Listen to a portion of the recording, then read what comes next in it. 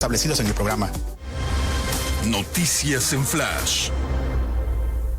Son las 2 de la tarde, 3 minutos. Hoy lunes, en Noticias en Flash. La opinión de Juan José Rodríguez Prats. Como todos los lunes, y para iniciar semana, vamos a escuchar el comentario del licenciado Rodríguez Prats, a quien ya saludo en la distancia. ¿Cómo le va, licenciado? Buenas tardes.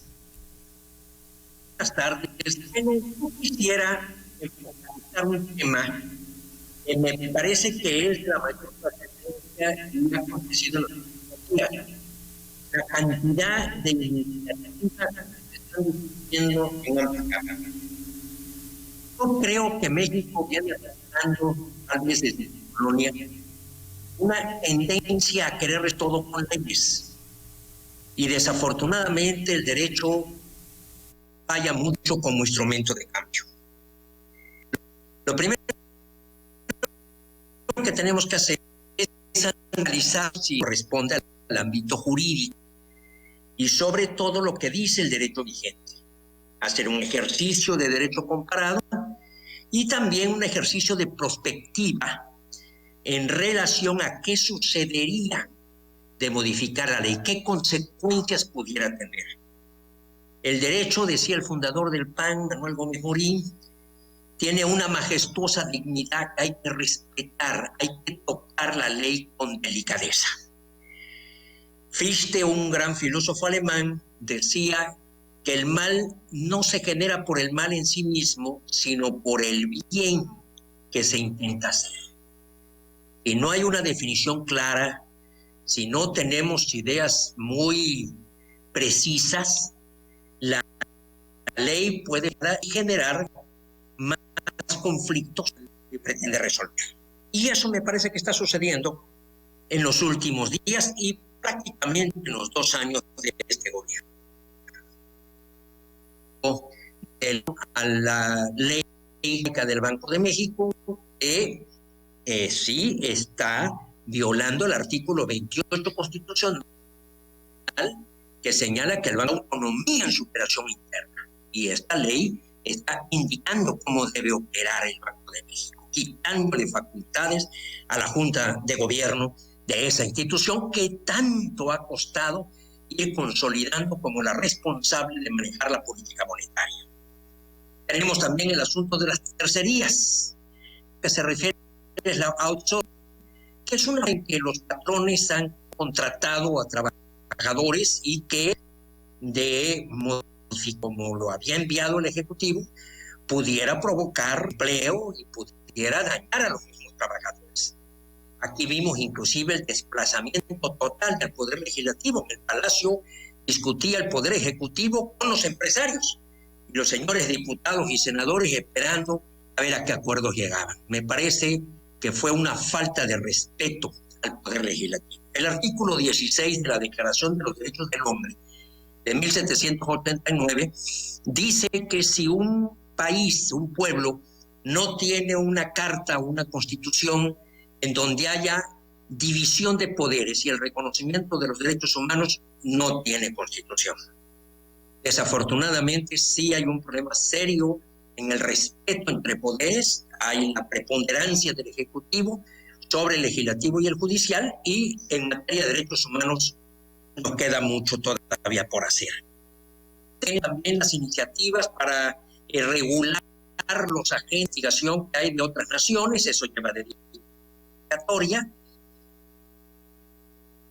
Eso lo estamos haciendo ya señal de que prácticamente hoy se va a declarar como electo en el caso de Joe Biden. Entonces, Hugo, no podemos manosear el derecho de esa manera. El valor único, el valor fundamental para después alcanzar la justicia y el bien común es el orden y es la seguridad, saber a qué atenernos, que haya certeza, que haya certidumbre.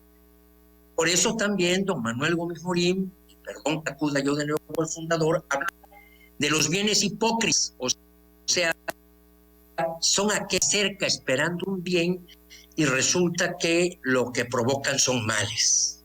le llama bienes hipócritas, don Manuel, y me parece que el ejemplo viene, pero exacto, para definir, para identificar una ley mal hecha. Una ley mal hecha es un bien hipócrita. La gente espera un beneficio y ocasiona son mayores daños y mayores problemas. Y eso es con estas iniciativas. Hay varias acciones de inconstitucionalidad, controversias constitucionales que están atoradas en la Suprema Corte de Justicia y un ambiente de votación que, repito, no entiendo bien, que los mexicanos no entienden bien qué es eso de la famosa cuarta transformación. Y si no se define, pues estamos en un terreno pantanoso. ¿Qué es la cuarta transformación? Hablamos con mucha precipitación de cambio de régimen, ya lo hemos dicho en otros programas contigo. ¿Qué significa el cambio de régimen? La Constitución define nuestro sistema como una república democrática, representativa, federal y laica. ¿Se va a modificar? ¿A qué tipo de régimen vamos? ¿Vamos a dejar un régimen presidencial? ¿Vamos a un régimen parlamentario? Me parece que utilizamos las palabras con enorme irresponsabilidad. Entonces yo sí creo que los ciudadanos deben estar muy pendientes de lo que se está discutiendo, porque desafortunadamente, y son varias las iniciativas, podríamos hablar también de la reforma judicial que le está dando mayores atribuciones al presidente de la Suprema Corte de Justicia, la reforma laboral que se está instrumentando con gran lentitud en las entidades federativas, y seguimos con ocurrencias, por ejemplo, la que tuvo el senador José Narro, de querer modificar el 27 constitucional para introducir el concepto de propiedad social al ejido. Yo no sé por qué la propiedad privada no es propiedad social, si también genera empleo. Y volver a esquemas de reparto de la tierra, lo cual vino a asustar. Había una enorme inquietud en todo el sector del campo mexicano. O sea, si ya tenemos un problema tan serio que es la coronavirus, que es la pandemia, y el problema serio en lo económico y el problema de inseguridad, vamos a agregar ahora un problema de no saber a qué atender, de apresurar la aprobación de las leyes. Me parece algo que va a seguir profundizando nuestra crisis. Hoy en los medios ahí están las voces de CAPS y todo el sector privado, los sectores bancarios, que hablan de las terribles consecuencias que puede tener la modificación del marco jurídico del Banco de México. Que se pierda confianza, que inclusive pueda ser sancionado por organismos internacionales, porque recordemos que estamos en un mundo globalizado. Eso es algo que también hay que estudiar. Cualquier modificación de la ley tiene repercusión en el extranjero. Y México ya inserta desde que se firmó el GATT en 1987 y posteriormente nuestra entrada al Tratado de Libre Comercio. Entonces sí creo que los mexicanos debemos esforzarnos por saber para qué sirve el derecho y para qué no sirve. Porque modificar una ley implica señalar también una obligación. A cada derecho corresponde un deber. Y por otra parte, modificar una ley y conceder un derecho implica un costo. ¿Quién va a pagar ese costo? ¿Y a cargo de quién? Entonces, todo esto debe reflexionarse. Repito, el derecho, las leyes son algo muy delicado que hay que tocarlas con cierta prudencia, sensatez, mesura, saber las serias limitaciones que tiene el derecho. Ese sería mi comentario, Hugo. Licenciado, por supuesto que estos temas de las reformas, de las iniciativas que usted ha puesto en la mesa son interesantes, pero centrémonos en la del Banco de México, porque hacía, creo, más alusión a ellas. Entonces, ¿qué habría sido lo correcto desde su óptica? ¿Que se hubiera quedado como estaba?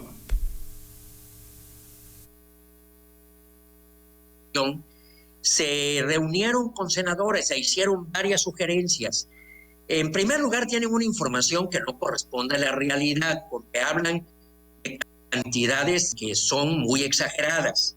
Y por otra parte, el hecho de que pueda el Banco de México comprar dinero o dólares, mejor dicho, que no está claro cuál es su origen, puede convertirse en cómplice de terribles delitos. Sí hay formas en que se puede lograr ayudar, que es lo que pretendía la iniciativa del senador Monreal y del senador Armenta, para ayudar a los migrantes, porque ese fue el argumento que se manejó, y lo mismo en el caso de los turistas. Hay formas que se pueden hacer y se pueden lograr, pero aquí vicegobernadores, y tan es así que precisamente los vicegobernadores que propuso el presidente López Obrador, que es Gerardo, se me fue ahorita el nombre, Gerardo, ay caray, bueno, y Jonathan Heath, los dos señalaron el riesgo de que se contamine, se pueda inclusive someter a sanciones a la misma institución bancaria, que repito, nos ha costado mucho, Gerardo Esquivel, perdón, que nos ha costado mucho que recupere su confianza, su credibilidad, y esto viene desde la reforma del presidente Salinas. Yo participé como diputado federal en la modificación de la ley orgánica del Banco de México, insistiendo mucho en la autonomía. Una acción como esta fue también la que hizo Echeverría ya por mayo del 73, cuando dijo la frase, las finanzas se manejan desde los pinos. Y vino una incertidumbre que culminó con la devaluación en 1976. Si no conocemos la historia, estamos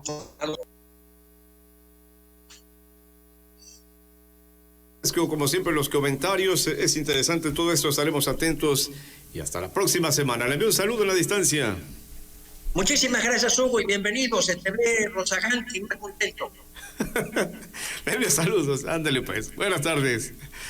Vamos a la pausa que sigue, son las 2:15, 2:15. Estamos reconstruyendo Centro. Para mejorar las condiciones que presentan nuestras calles, la máquina de reciclado asfáltico El Dragón estará operando este mes en el mejoramiento del Boulevard Ruiz Cortines.